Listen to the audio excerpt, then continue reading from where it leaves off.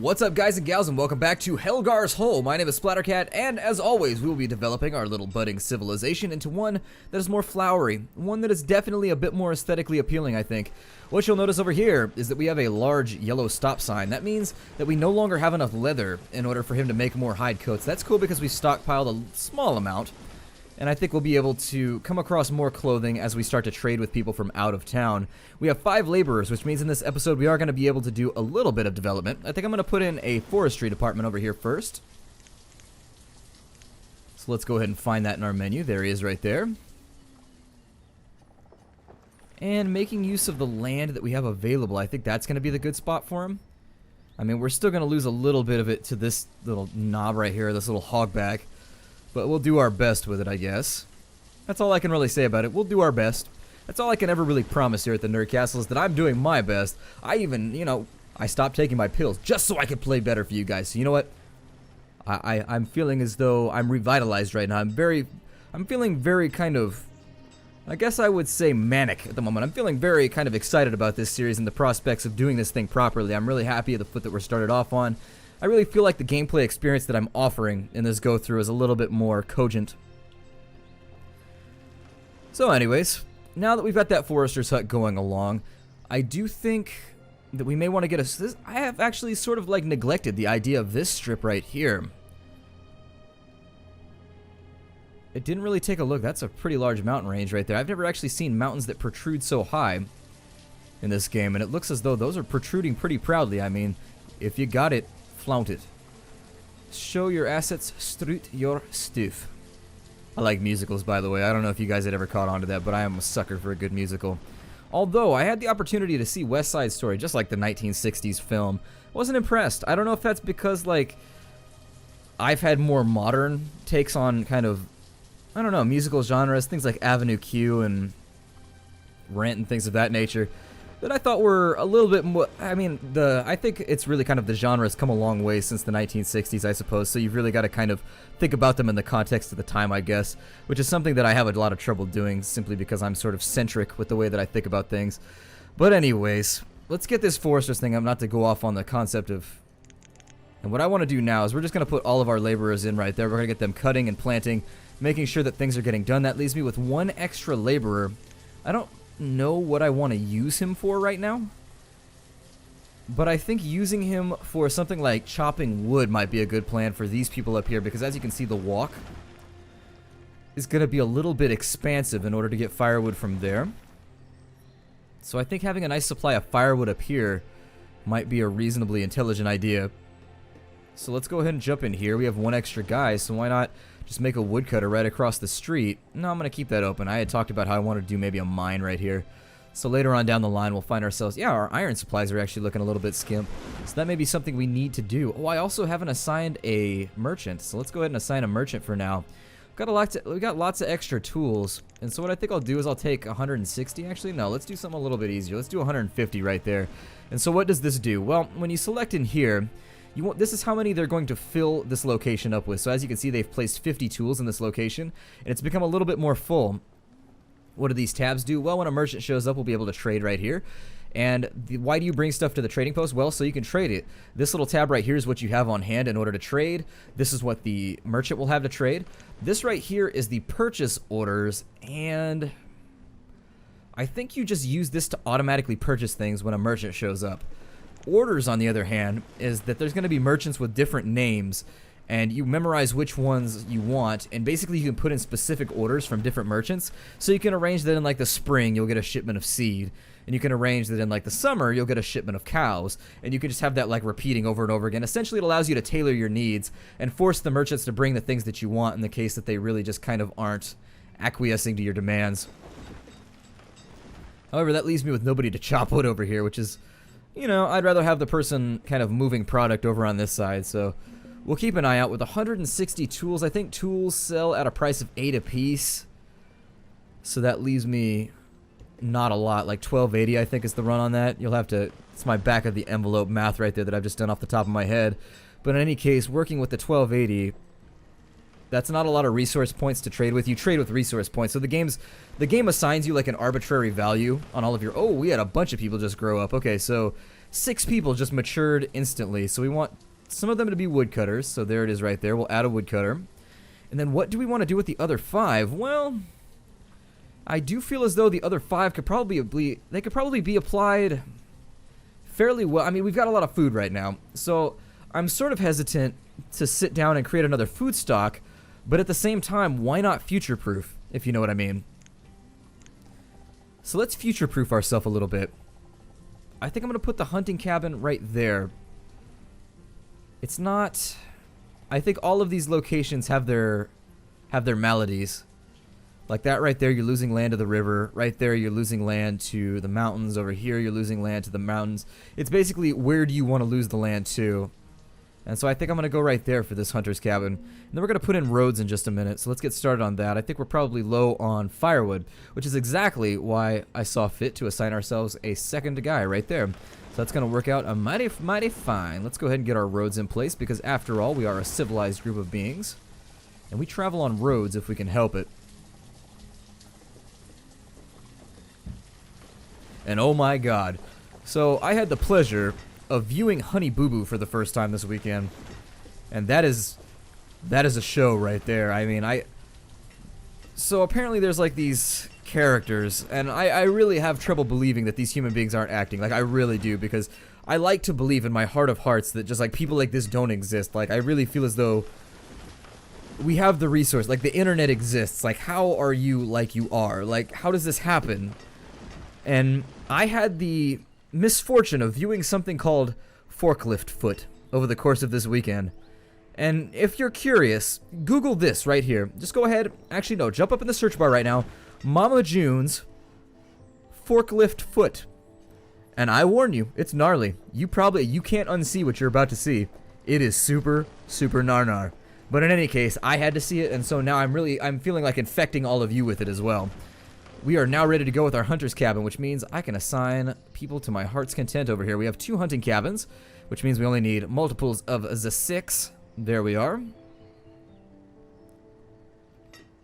And so I think that leaves us in good shape for food. I don't think we're going to have any problems stockpiling the things that we need from here on out. I feel as though we have a really, really nice foothold for developing the more residential half of our city. So we have a few laborers left. I'm going to assign one of them to builder, just because it's nice to kind of tick upwards with your building over time. And then I want to think about what we want to do down in this vicinity. So that's going to be our cutoff zone right here. Now the tunnel is obviously not going to be efficient running through there. But I'm really excited about this tunnel. The fact that I could build a tunnel as a geologist is making me pretty stoked. So it's going to happen either way, even if it's horrible. Oh, we have this little blue thing down here. We have a trader. Let's go see what he's got for us. He has wool coats. And while I don't think he has 8 of them. So for 8 wool coats, not wooden coats. A wooden coat is a bad thing. We don't want any of our villagers wearing a wooden coat. As the old euphemism goes, 10 feet down in a wooden coat, no thank you. Well, I think we can get the lion's end of the deal here. Yeah, we're overpaying by 40, so if we go down to like... I can't do maths right now, my maths are bad, so if we just go down to 15... Oh, there we go. We should be okay. And there's the even trade. I am going to take the coats right now because why not? Let's set ourselves up with some even trade with some of our neighbors and things. I do wish, one thing that I would really like to see is kind of, this game lacks a catalyst. And that's been one of my only complaints about the game, is I really do like the sandbox nature of the game.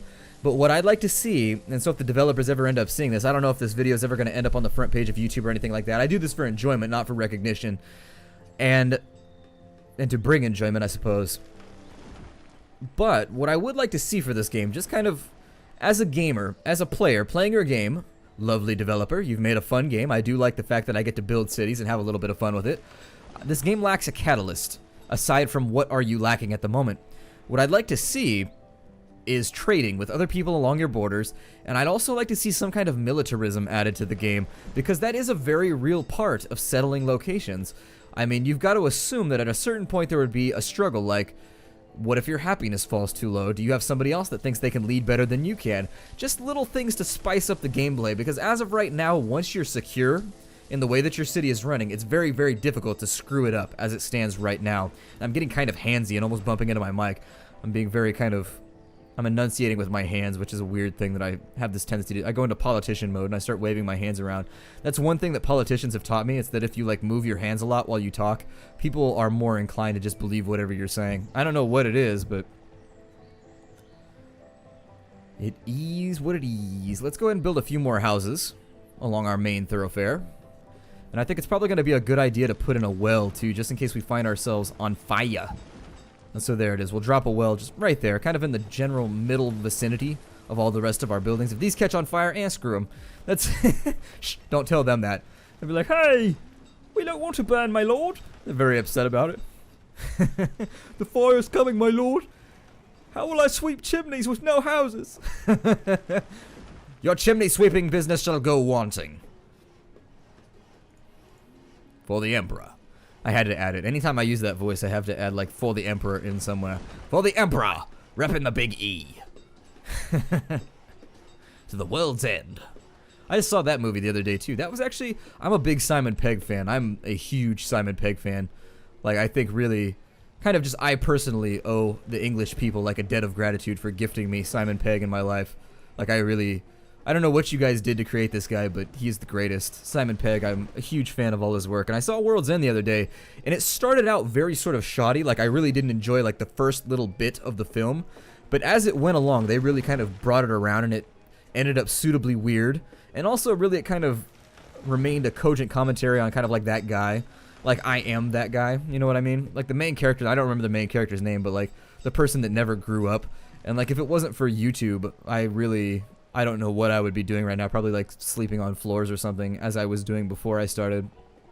Like, really, the growing up process is one of those things that kind of like flew over my head, and I was just like, I'm just gonna be a kid forever and just like dick around and do nothing. Who says that you can't work at a minimum wage retail facility for the rest of your life? Which in fact, like, you really can't. Scraping by month after month is one of those things that's so tangibly stressful that really I wouldn't kind of wish it on my worst enemies. It sucks. The reserves of iron are now low, which means we either need to go dig it out of the ground, or we need to set up a mining operation. We do have suitable stocks of it right here, so I'm going to go ahead and mine these out. And once these have all been mined, oh good, we just had another round of people becoming mature as well. Now then, I guess that leaves us with 6 more people to allocate into jobs. I do wish that there was like a dedicated person to do jobs, like a worker. I guess that's what laborer is. I don't know. I see labor as kind of like the free agent right now. The laborer just does whatever needs to be done, just albeit at a really kind of shoddy level. I'm terrified. Actually, I think that's probably... I was going to say that I'm terrified of educating my peasantry at the moment, simply because once they have book learning, then they start to have those radical thoughts about maybe like free speech or anything. And I'm kind of interested. I mean, I'm being a little bit selfish right now, but I am sort of interested in maintaining my rule. And I may do that by hook or by crook, regardless of how it comes along. But as it stands right now, I am thinking about putting in a schoolhouse. Simply because what the schoolhouse does, and I have to thank you guys for this because I honestly had no idea what a schoolhouse did until you told me. A schoolhouse essentially just educates your children, but it uses them up for like 10 years. Like, it takes the kids a really long time to become educated, but once they are educated, they're far more useful than just your normal peasant worker. An educated worker, I don't know if maybe they have like a little book symbol or something next to them, but they're better at doing whatever it is that they do.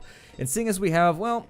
Let me set up my mining operation first. I want to make sure that we have iron and we have stone before I go any further. So let's go ahead and jump on into our menu right now. And while we have enough iron to do this, and I'm not scrounging for little scraps and bits and we're not melting down tools or anything, I think it's probably going to be the best decision as it stands right now to build myself a mine. Luckily the mine doesn't cost any metal. Ooh, it fits right where I wanted it to. It's so rare that that happens. Alright, so... we're going to place the mine right there, and I think we're going to take all of our extra laborers, and we're just going to strap them in. I may also consider bulldozing the blacksmith that we have over here now. Well, he's kind of in between the two locations. It might work out the way that we want it to. Maybe I'll leave him where he's at. We don't want to force him to, like, rehouse himself anywhere else. People tend to be just like, you're kicking me out of my home? Why, my lord? All of my turnips are here. I've got plenty of firewood, my lord. Why? Just being upset about peasant things. Hashtag peasant things. The crackle of a lovely fire as you suffer from cholera. The pleasant sting of rubella. The familiar twang and numbness of a goiter. Gone far too large. Oh my god. Hashtag just peasant things. Reminds me of, I saw a profile on Steam the other day that was Earl Gamers. I'll post it up on the Facebook page. I'll try and annotate this, but I have a Facebook page where I post like funny things that I find around. And so it's almost like, I like to think that it's almost a bit like, oh, I don't know. It's just kind of like a repository for all the ridiculous memes I find, and then also my thoughts just like randomly about the series we have running. Honestly, it's the best place to get a hold of me. Like, if you're really trying to get my attention, Facebook is probably your best chance. Given how large the Nerd Castle has become, it's probably your best shot in the dark. But anyways, I think I get over like 300 emails a day now. It's definitely becoming quite the stack.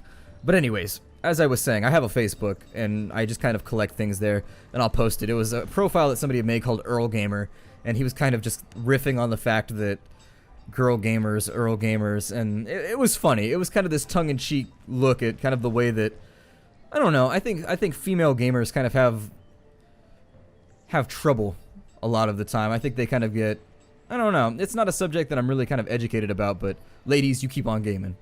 Don't let nobody hold you down. Continue the struggle. You know what I mean? But in any case, it was obviously somebody who was very aware of like kind of that fake girl gamer perception versus like, it's a weird juxtaposition, I think. It really is. I think it's kind of one of those weird debates, like anybody that plays a game is a gamer, so I don't understand why there's this odd stigma, like, oh, like people, I think people just trying to find something to bitch and moan about. Carry on. Fist of the air, ladies. I got your back. We'll get our Beyonce on together. All the single ladies and all that. What? I don't know. I'm just kind of like running with it at this point. I don't think we need more housing right now. I mean, we might. I feel like we've got a lot of houses, though. I mean, this is a pretty sizable village. It's coming along. It's growing as rapidly as a goiter without sodium. Coming back to goiters and then stammering like crazy. Goiters seem as though they would be really, really unpleasant. Like, just kind of looking like a giant bullfrog all the time. Seems as though it might be... Oh, we're out of stone. Okay, so now what do I want to do? Well, I was like, what's the holdup over here? Why isn't this happening? And as always, it's my fault. Let me figure out where... I do wish that you could, like, mine mountains out of the way if you needed to. Well, seeing as we're kind of tapped out on resources...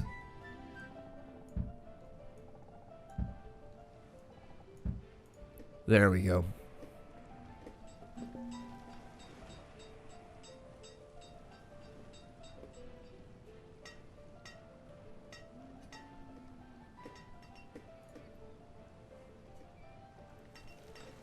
Yeah, that'll work out.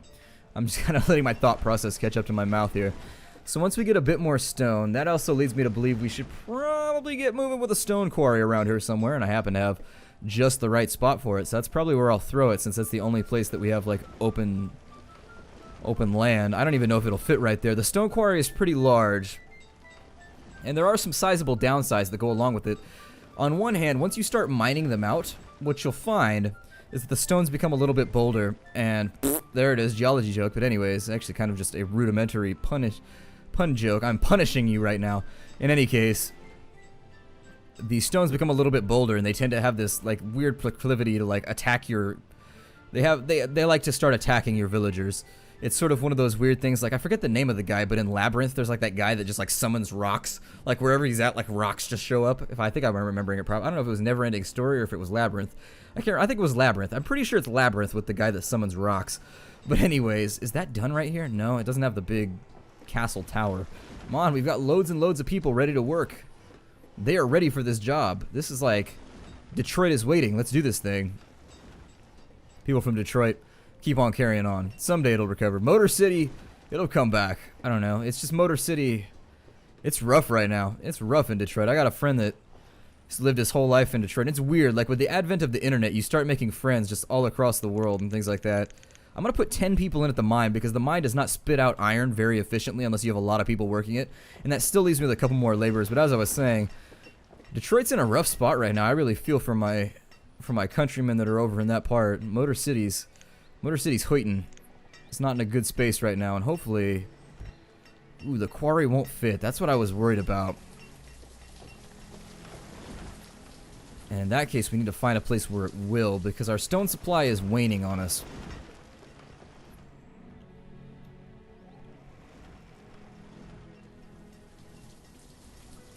Let's find the dividing line right there.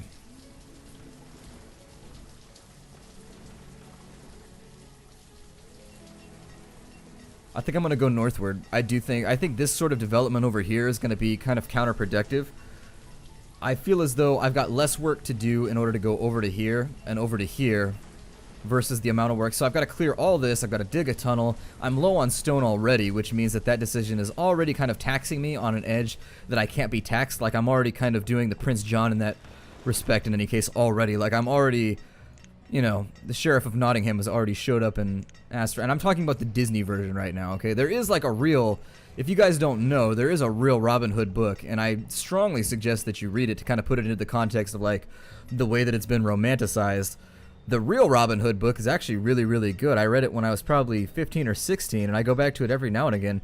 Fantastic, like kind of middle-aged storytelling. You know, Guy of Gisborne and all of those guys. And it also helps you separate it from like the TV show, which I've never watched personally. I've heard that it's an okay TV show. I'm sure it probably doesn't follow the books very well. But in any case, definitely some literary exploration to do right there, kind of giving you a background into both the characters of Robin Hood and like who Robin Hood was contextually within like the context of history, and like why Robin Hood came to exist as a fictional or real character. To this day, they don't really know if Robin Hood was real or if he was fake. Evidence seems to point at the fact that he was a storyline. He was really kind of a person to... He was a person invented to counteract Rob Roy, from as I understand it, to give the English half of the spectrum kind of a counterbalance to the Scottish story of Rob Roy. But who even knows? I mean, there are people out there who definitely advocate for the fact that he may have been a real person. It's weird. Isn't that a weird tangent? I don't even know how I got off on the Robin Hood tangent to begin with. But anyways... Let's go ahead and clear this space out. I am going to develop this, I think. Maybe turn this into a little out-of-town quarry. Seems like a nice idea. And we're just going to go for an all-out destruction over here because everything in this area is something that we can make use of. So I think if we can clear out a nice little 4x4 region, I think that'll work out for us in the long run. But in any case, definitely go explore the literary options behind some of those other things that are being adapted for TV. I think you'll find that in a lot of cases, I mean, I really enjoyed the original Knights of the Round Table, King Arthur and his Knights, or whatever it was. I read that back in the day, and that was really kind of elucidating as what's happened now. The world has slowed down. An outbreak of the influenza has occurred. Oh, that's really, really, really bad. We could have like a 1910 situation on our hands here.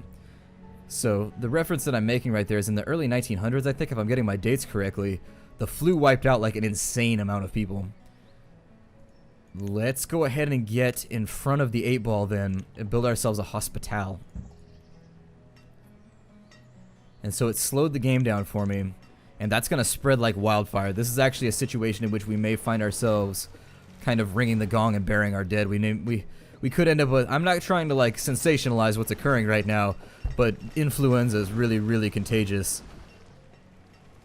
And it's definitely fatal. I mean, right now we've got a new strain of it running through the US. I don't know if it's hit you guys over in Europe, but as it stands right now, there's a strain of the flu running through California at the bare minimum, because I know they've been kind of hyping it up.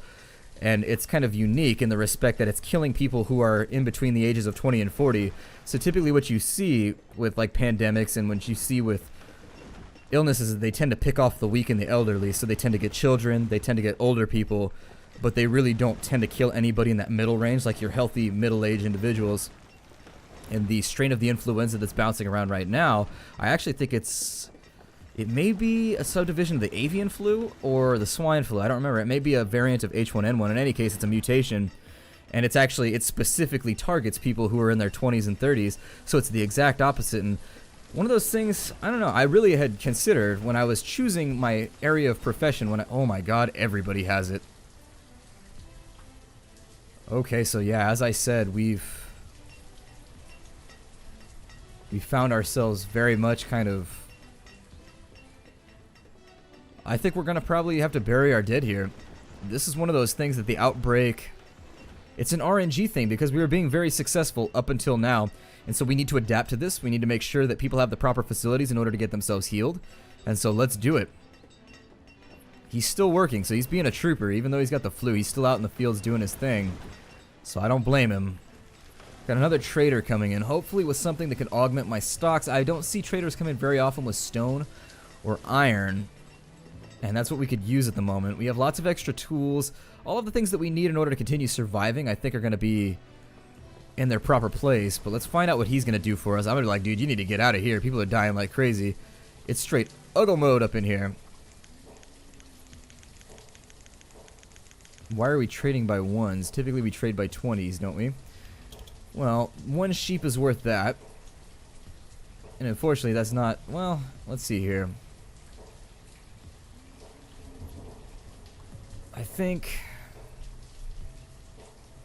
I've got to get that number divisible. And unfortunately I don't really feel like doing math right now. Like really, my ability to like do math at the moment is being sort of encumbered. So I'm just going to go with 60 and I'm just going to speedball it here.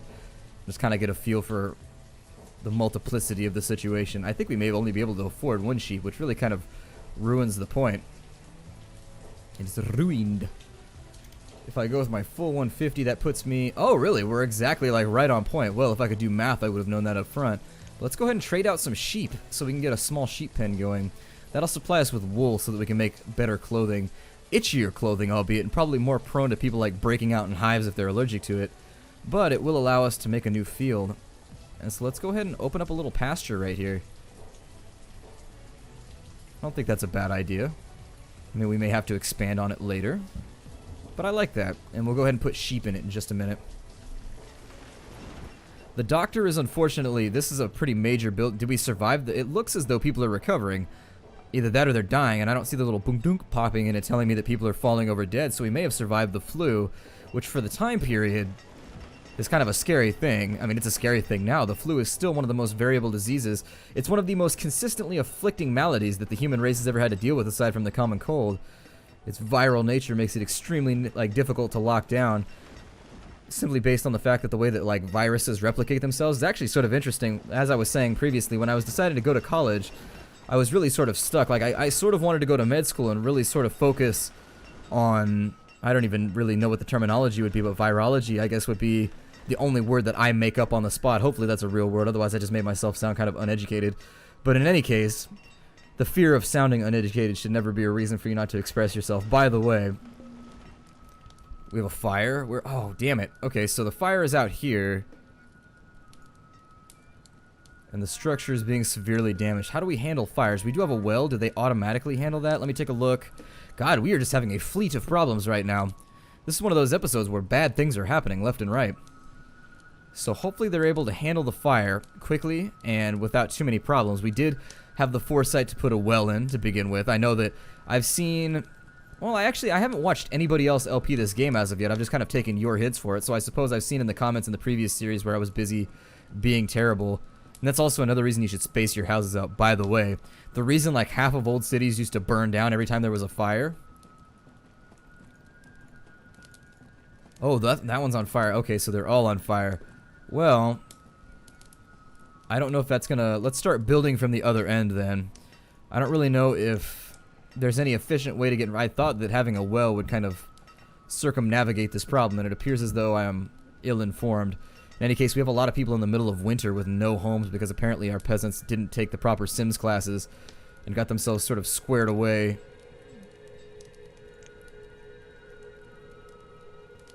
This entire part of town may actually burn down.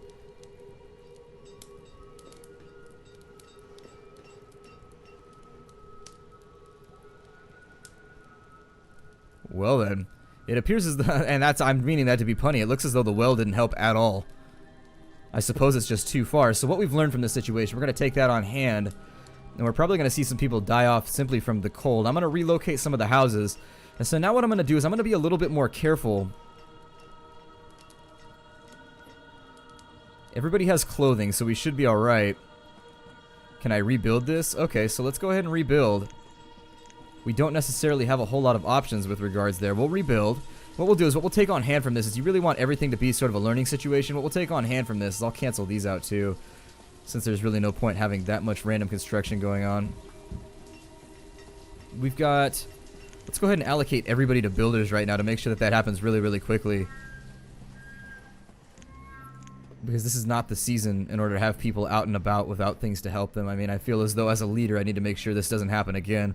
So what I think I'll start doing is punctuating myself a little bit better with more wells so that they can get at them quicker. That'd be kind of humorous though if the well burned down. That would make me laugh. Yeah, the irony of the situation. Thing full of water burning down. I think this is probably a good place to break off the episode. This was an exciting episode. There was a lot of bad things happening right here. Oh, they have to start from scratch, interestingly enough. Okay. I think this probably will harm our upward mobility. Oh, good. They're all done with that over there, too. I'm proud of you. I'm proud of all of you. Regardless of how terrible things have been going lately. But anyways, my name is Splattercat. Thank you for joining me here at the Nerd Castle for another rambling episode of Shining Rock Studios Banished. I look forward to seeing you all tomorrow. Take care out there, everybody, and I will see you next time.